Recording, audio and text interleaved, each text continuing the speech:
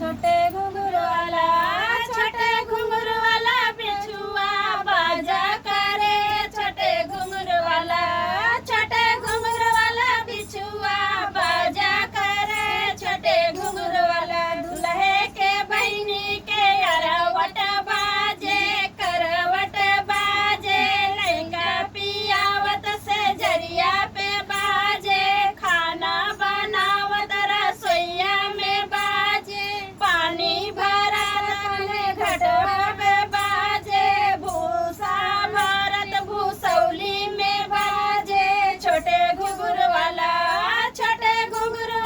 बिछुआ बाजा करे। छोटे घुंघरू वाला बिछुआ बाजा करे। छोटे घुंघरू वाला समधी के बहिनी के अरवट बाजे करवट बाजे। लइका पियावत से जरिया पे बाजे। खाना बनावत रसोईया में बाजे।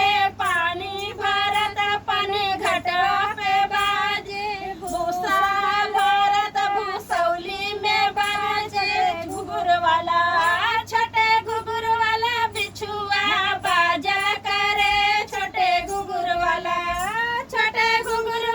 बिछुआ बाजा करे। छोटे घुंघरू वाला बारात